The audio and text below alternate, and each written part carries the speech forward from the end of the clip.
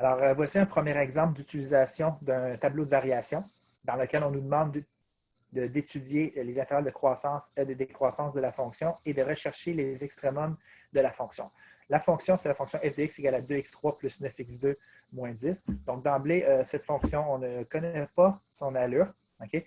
Donc, on aimerait déterminer ces intervalles de croissance et de décroissance, donc à l'aide du calcul différentiel, donc en utilisant la dérivée. Donc, il y aura 4 étapes lorsqu'on va vous demander d'étudier une fonction à l'aide d'un tableau de variation. Sa première, c'est d'identifier son domaine. Puisqu'ici, il s'agit d'un polynôme, le domaine de la fonction f, c'est simplement les nombres réels. On doit ensuite, étape numéro 2, calculer la dérivée première, donc dérivée première de la fonction. Alors, je dérive 2x3 plus 9x2 moins 10, ça me donne 6x2 plus 18x. Et à l'étape suivante, on va identifier les valeurs critiques.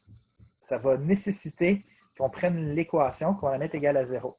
Donc, juste avant de faire cette étape-là, okay, je vais factoriser mon expression ici 6x2 plus 18x. Ça va faciliter la suite des choses. Alors, la factorisation va être un outil super important dans le contexte de résolution d'équations avec la dérivée. Donc, c'est tout là aussi l'importance de bien simplifier vos dérivés. Ici, si je fais 6x fois x plus 3, j'ai la forme factorisée de mon polynôme 6x2 plus 18x. Ça me mène à la recherche des valeurs critiques. Je vous rappelle qu'il y a deux catégories de valeurs critiques. Les valeurs critiques telles que la dérivée est égale à 0 et les valeurs critiques telles que la dérivée n'existe pas. Les valeurs critiques telles que la dérivée est égale à 0 se trouvent en résolvant une équation, c'est-à-dire je fais 6x fois x plus 3, je mets ça égal à 0.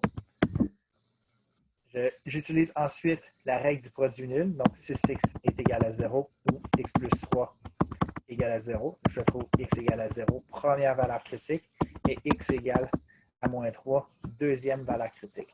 Donc, c'est donc dire que si je remplace x par 0 dans cette fonction-là, je trouve 0. Et si je remplace x par moins 3, je trouve aussi 0. Alors, deuxième catégorie de valeurs critiques, les valeurs critiques telles que la dérivée n'existe pas. Donc, on l'a fait précédemment. Un petit rappel. Donc, ici, pour cette catégorie-là de valeurs critiques, il suffit d'identifier le domaine de la fonction, puisque la fonction dérivée est un polynôme. Le domaine de la dérivée, c'est l'ensemble des nombres réels. Alors, il n'y a aucune valeur critique supplémentaire. Donc, on en a deux en bout de ligne.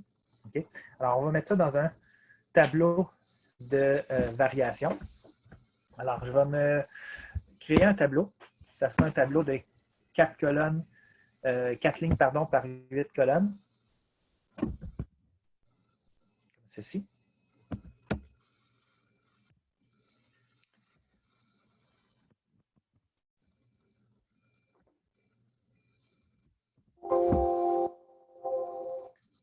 Alors, voici comment on construit un tableau de variation. La première ligne, c'est l'intervalle de x correspondant au domaine de la fonction. Le domaine, c'est le réel, donc ça va de moins l'infini jusqu'à l'infini.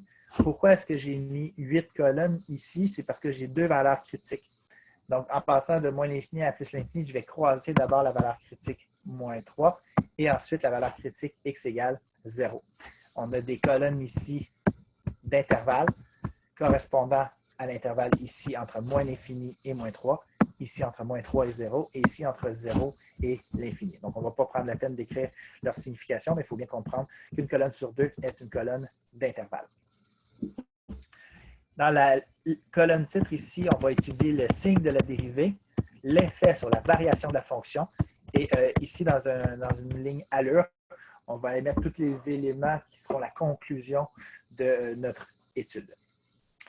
En passant, on ne va pas remplir tout le tableau ici. Donc, le tableau, il va éventuellement se rajouter des lignes supplémentaires. Okay? Fait que c'est normal qu'à ce stade-ci, il y a des colonnes, des cases qui vont rester vides. Ils vont éventuellement se remplir plus tard.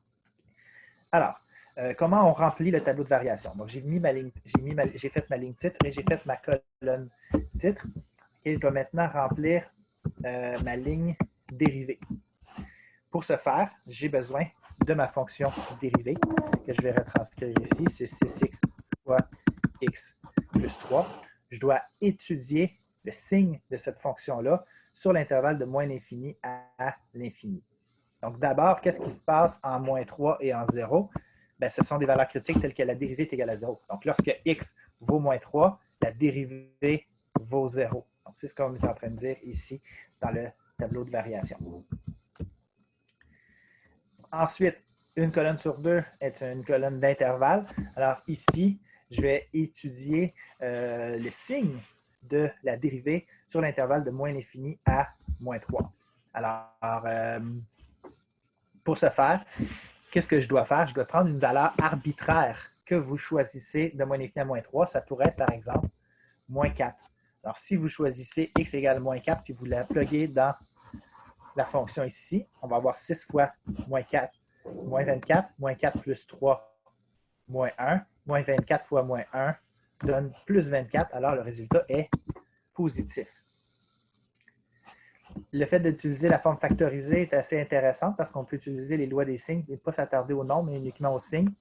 Donc, j'ai 6 fois moins 4 négatif, moins 4 plus 3 négatif, donc deux négatifs multipliés ensemble donnent un positif.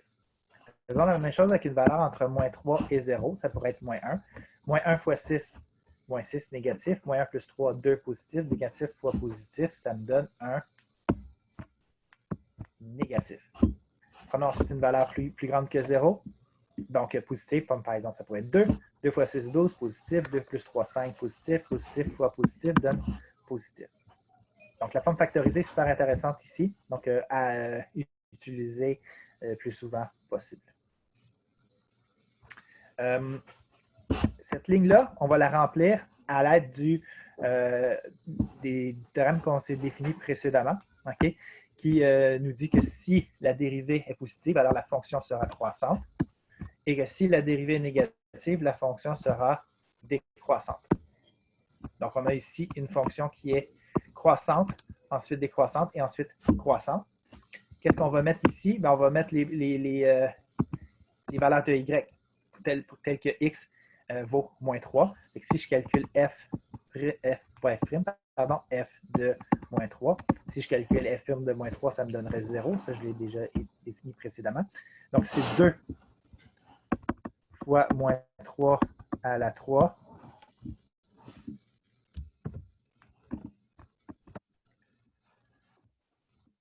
plus 9 fois moins 3 à la 2 moins 10. Et tout ça donne 17. Alors, ici, ce qu'on est en train de chercher, c'est un point de coordonnée, le point moins 3, 17. Et si on remplace x par 0, f de 0, bien, on obtient moins 10. Donc, on a un autre point ici, le point 0, moins 10. Dans l'énoncé, on nous demandait d'identifier les intervalles de croissance et de décroissance, mais aussi les extrémums. Comment on identifie ici les extrémums? Bien, ici, on va l'écrire ici, le point moins 3, 17. Il s'agit d'un point de maximum relatif et le point 0, moins 10 est un point de minimum relatif. On va tout simplement écrire max et min dans le tableau. Pour le reste, on laisse ça vide pour l'instant.